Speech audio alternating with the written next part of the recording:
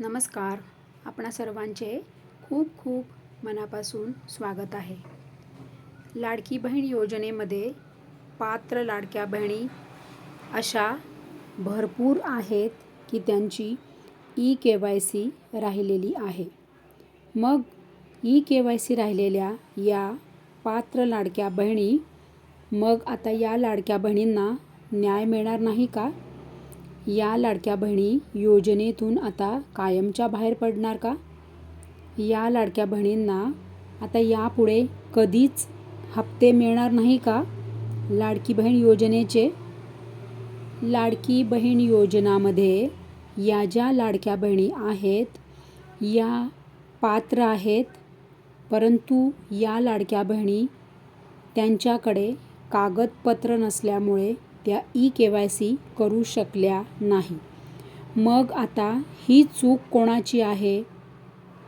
ही चूक सरकारच्या दृष्टीने, महिला व बाल विकास विभागाच्या दृष्टीने, जरी लाडक्या बहिणींची जरी ही चूक असली त्यांच्या दृष्टीने, तरीसुद्धा आता या ज्या लाडक्या बहिणी आहेत या पात्र लाडक्या बहिणी की त्यांची ई-KYC राहिलेली आहे.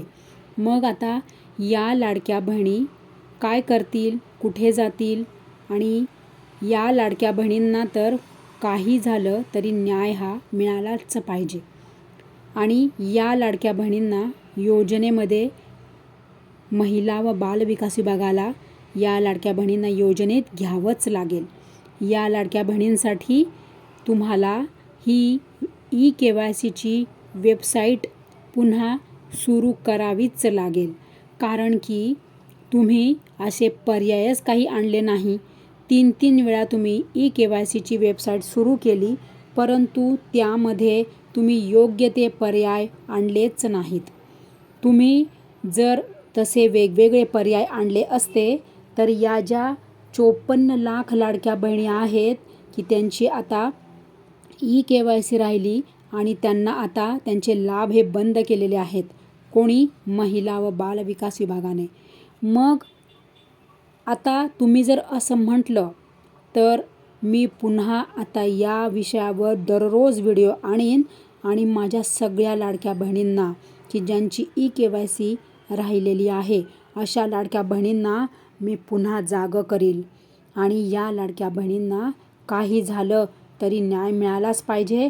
आणि या लाडक्या बहिणींना तुम्ही पुन्हा योजनेत घेतलंच पाहिजे.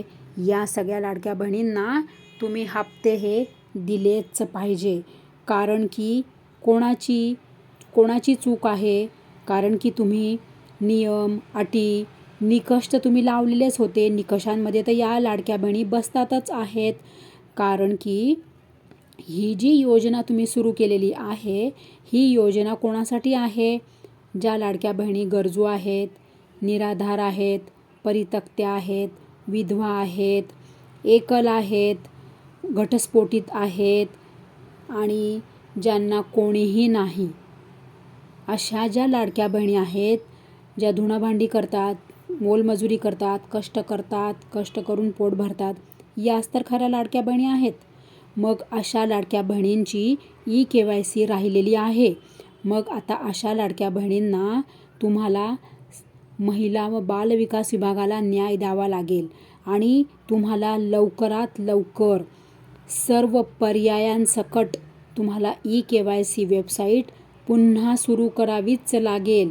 कारण की जर कधी पुन्हा या माझ्या सगळ्या लाडक्या बहिणी जाग्या झाल्या आणि या लाडक्या बहिणींनी जर पुन्हा धडक मोर्चा जर टाकला तुमच्या याच्यावर, कार्यालयावर, महिला व बाल विकास विभाग कार्यालयावर, जिल्हाधिकारी कार्यालयावर, नंतर ग्रामपंचायतमध्ये जे काही तुमचे कार्यालय आहे तिथे जर लाडक्या बहिणी येऊन धडकल्या तर मग मात्र तुम्हाला न्याय हा द्यावाच लागेल. एक तर तुम्ही एकच काम करा, तुम्ही सर्व पर्यायांसह तुम्ही पुन्हा नवीन ई-KYC वेबसाईट सुरू करा. किंवा या ज्या लाडक्या बहिणी आहेत की त्या पात्र आहेत, आता तरीसुद्धा त्यांची ई-KYC राहिल्यामुळे त्यांचे हप्ते बंद झालेले आहेत, अशा लाडक्या बहिणींसाठी तुम्ही दुसरा कुठला तरी असा पर्याय आणा की या पात्र लाडक्या बहिणी पुन्हा योजनेत येतील आणि यांना पुन्हा लाभ मिळेल. मग आता सरकारने ठरवावं की यावर काय उपाय आहे ते. परंतु काही जरी झाले तरीसुद्धा या ज्या माझ्या लाडक्या बहिणी आहेत की ज्या एकल आहेत, ज्या गरजू आहेत, परित्यक्त्या आहेत, निराधार आहेत, एकल आहेत, घटस्फोटित आहेत आणि ज्यांना पती पण सांभाळत नाही आणि नवऱ्याकडे पण त्या राहत नाही, म्हणजे पतीकडे पण राहत नाही.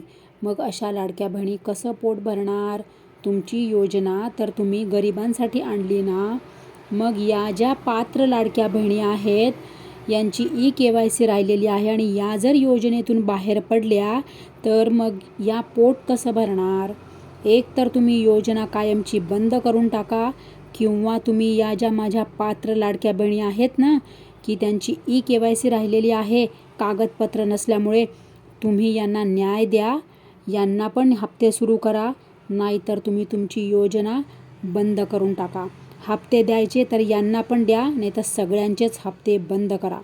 कारण की न्याय हा पात्र लाडक्या बहिणींना मिळालाच पाहिजे. माझ्या लाडक्या बहिणींना त्या पोट कसं भरतील? अहो, पुरुष असतो ना, पुरुष कुठेही कामधंदा करून घेतो, कसंही कामधंदा करून घेतो, काही करून घेतो. महिला माझ्या ज्या आहेत यांना मुलंबाळं असतात, ते कुठे राहतील? मुलाबाळांना काय खाऊ पिऊ घालतील? मुलाबाळांना कसं शिक्षण देतील? ते स्वतःचं पोट भरतील की मुलांचं पोट भरतील? कसं लहानचं मोठं करतील मुलांना? हा सगळा विचार सरकारने करावा. कारण की या लाडक्या बहिणींना तर न्याय हा मिळालाच पाहिजे. जर माझ्या या लाडक्या बहिणींना न्याय मिळाला नाही तर मात्र मी पण या आंदोलनात सामील होऊन जाणार आणि मी सुद्धा प्रत्येक व्हिडिओमध्ये तुम्हाला दिसणार. कारण की बघा काय होतं, गरिबांना गरिबांना तुम्ही असं करतात? का हो तुम्ही गरिबांना न्याय देत नाही? का हो? माझे जे गरीब आहेत ना, मग ते कोणी असो, लाडक्या बहिणी असो, कमी असो का कोणीही असो, गरिबाला कोणी वाली नसतो का? गरिबाने का फक्त अन्यायच सहन करावा का? गरिबाने का उपाशी राहावं का? गरिबाने का फक्त टॅक्सच भरावा का? हे सरकारला सगळ्या या गोष्टी समजल्या पाहिजे. सरकारने या लाडक्या बहिणींना न्याय दिला पाहिजे. KYC वेबसाईटचं तुम्ही काय, आता या बहिणींची KYC राहिली आहेत ना, मग आता या बहिणींसाठी काय करायचं ते सरकारने ठरवावं. पण या लाडक्या बहिणींना हप्ते तर मात्र नक्की मिळालेच पाहिजे, मग ते कोणत्याही परिस्थितीमध्ये. कारण की एक तर तुम्ही या योजनेमध्ये या माझ्या लाडक्या बहिणींनी कोणाचंही काहीही बिघडवलं नाही. या माझ्या ज्या लाडक्या बहिणी आहेत त्यांच्याकडे कागदपत्र नाहीत. ज्या बहिणींचा घटस्फोट पण झालेला नाही, पती पण सांभाळत नाही, त्या कुठून कागदपत्र आणणार? ज्या एकल आहेत त्या कागदपत्र कुठून आणणार? ज्या बहिणी निराधार आहेत, परित्यक्त्या आहेत, विधवा आहेत, त्या कागदपत्र कुठून आणणार?